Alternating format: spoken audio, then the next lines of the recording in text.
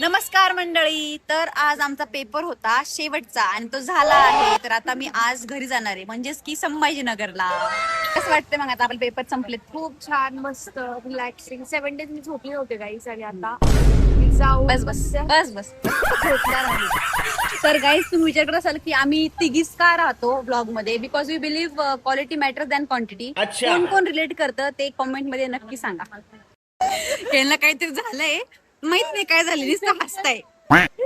तर आता मी चालली आहे अकाउंट सेक्शनला, अकाउंट स्टुडंट सेक्शनला, सॉरी, बिकॉज मला माझा रिझल्ट बघायचा आहे थर्ड सेमचा.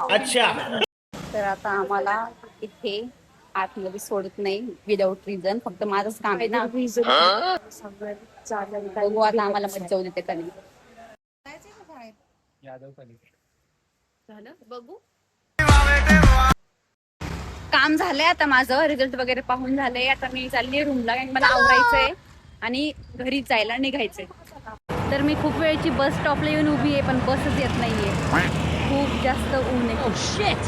फायनली बस भेटली होती खूप वेळ उन्हात उभा राहिल्यानंतर. तर आजसाठी एवढंच, बाकीचं बघूयात उद्याच्या व्लॉगमध्ये. Bye bye.